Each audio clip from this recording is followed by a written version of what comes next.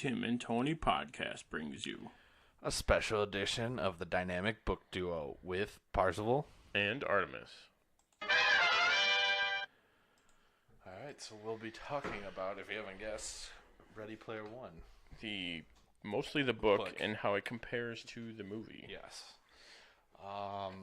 I bought the book for like $3 off of the Loot Vault. I was like, yeah, I'm absolutely gonna get that. I think I need to buy it. It seems like a book I need to own. It's I'm definitely gonna read again. Of the many books, many books I've read. Picking up the sarcasm. This is at the top of the list for sure. Top 2 or 3. Yeah, I could put it up there personally. Yeah, it's I don't know. Reading it so we'd both seen the movie already. We saw the movie first and then we read the book. Which is it didn't take anything different. Yeah, exactly. It took certain things, small things too. Yeah, which as you're reading it, you're like, oh yeah, I could see how they couldn't do this in the movie. They made them really poor, really poor. Really? Even in the game, really poor. They don't show any of the schooling.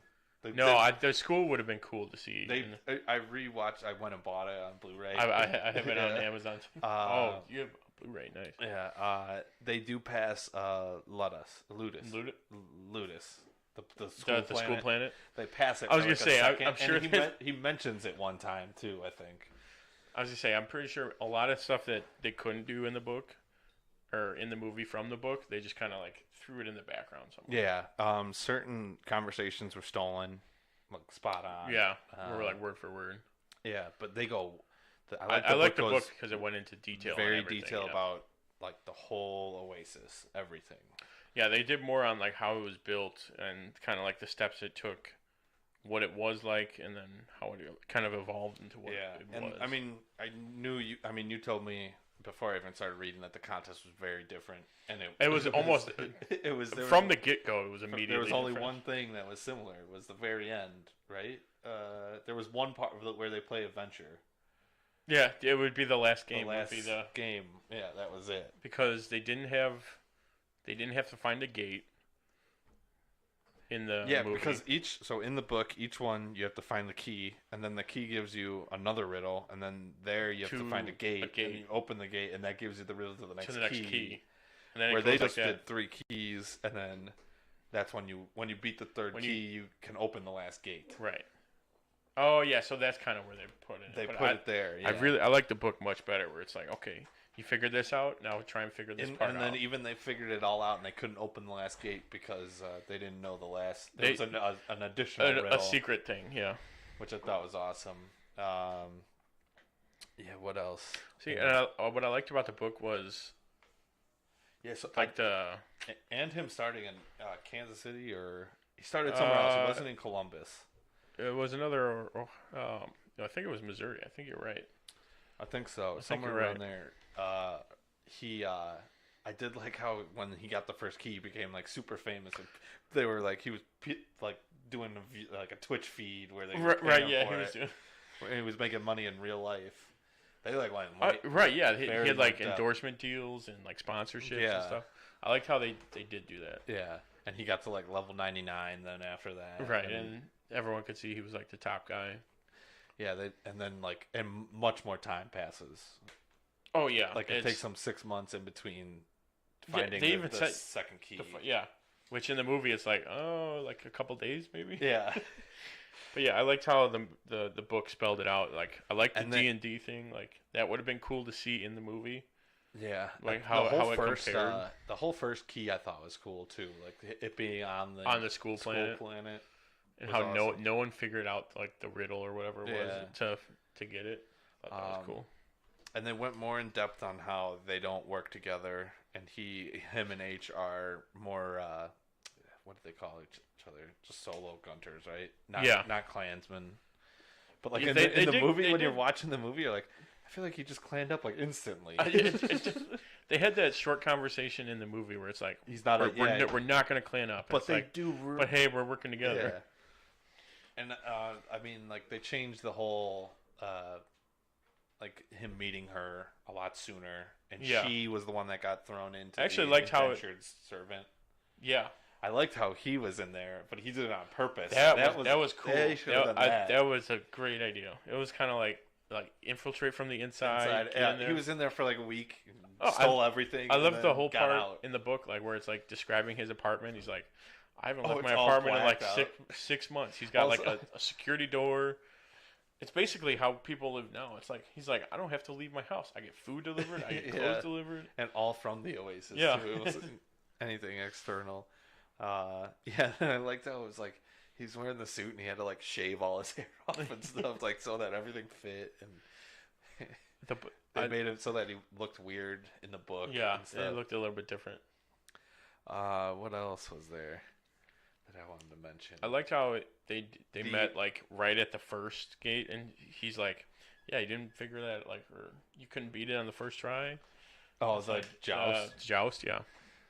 Or was that? Yeah, that was the first. That was the first one, key to get the first key to the first. In the first gate, you had to reenact war games. Oh, that was the other part I loved about it. I was like, oh my god, there was so many just small things where they were naming directors, like they named like Kevin Smith was in there, and like just small little things, and then like there was even stuff like some 80s references that I was like, I have to look this up. There was a lot I didn't know, but yeah, I liked how it's like, yeah, and then once they figured like reenacting the movies, like they just did like every movie. Oh, then everyone came out with all of them. What was the last movie they did? Wasn't it Ferris Bueller's Day Off? Yeah. And you had to like legit act it out. Right, you had to like actually not just say the lines, you had to like do a whole thing. That would be cool now. That would be unbelievable. People would pay hand over fist to do that. Yeah. What? Oh, and then I liked Ogden Morrow had a bigger role. I liked his he had because in the movie he was hiding in plain sight, which he was invisible in the book. Right. But like in this one, I like that they did make him like the butler type curator. Yeah, that guy of the museum, and then like in the book, you knew it was him when they were in like his hideout, and there was like, oh yeah, it's just a glitch. It's like no, it's not. Yeah, it's not just gonna be a glitch. Like someone or something is there. Yeah. Yeah, they made that point stick out. Yeah. Yeah, but I did like how they all went to his place. He picked them all, or he got sent them all. a private plane for all. Which they explain like gas is like super expensive and like impossible to get. And that's the thing too. The book went way into depth of like, hey, the actual world is shit basically. Yeah. Like everyone is trying to figure it out. Yeah, it was very good. Yeah, I like to go through it again. Exactly. After reading it or watching the movie, reading it, and then watching it again, it's like you pick up on the small things. It's like, oh, they did reference this here, or they put like that in something over there in the background. Yeah. Like the like whole I Rock in the movie, T.J. Miller. Yeah. Which had a very small role in the book, but like he had a huge role in the movie. Yeah. Yeah, that was like the whole the dance club scene. When I was reading it, I pictured kind of similar to that. That was like the look that I thought it would be. Yeah, overall, like I said, probably one of my favorite books, if not my favorite book. Yeah, and it's a easy read, short. Exactly. Yeah, it's not that hard. You could sit it probably 2 or 3 sittings, depending on how much you read. Yep. Excuse me. Recommend it. Go and buy it. Yes, and then. Or at least go see the movie. Would you say reading it first and then watching the movie, or it doesn't matter for this? It doesn't matter for this one, I don't think. I could say. I think if you read it first, you would notice things in the movie more, right? But and you'd probably get another visual than what you were thinking. Yeah, but it had the same effect because it was very different, and it was the same. Ernest Cline basically wrote the movie, wrote the movie. The screenplay for the movie. It's a very different journey. Yes. But still an enjoyable one. Yes. All right. I don't have any other final thoughts. No, neither do I. I'm trying to think one last time, going through the book.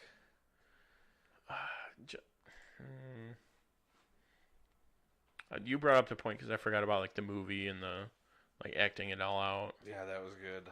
Okay, well let's go through it. So the first key was Joust. War Games to the Gate. War Games to the Gate. Second key was the D&D. Wasn't it? No, that was the first one. No, wasn't it? Oh. It was no. You went into into the dungeon. No. Yeah, that was the first one. No, it's something else. Oh no, he goes into a video game. He goes in the video game. Oh, crap! You're right. I can't remember what it was. I can't remember what that second gate was. Pac-Man, but I don't think Pac-Man was. It was the extra life. The extra life, which I thought was awesome. That was a very cool. You get to play a perfect game of Pac-Man. And he did it on his third try. Yeah. After he's like, it takes 4 to 6 hours. Yeah, I think, and he said he did it in 3 or something. Yeah, he said he did super quick. I don't think they'll have. No, they don't have chapters. Would be nice. But so then the third key, I can't remember. I'm blanking. One of them was at his house. His house, his childhood home. Yeah. Oh, to get the key. To get the key. That was the third one. Yeah. And then they had to go to Castle. What's his name?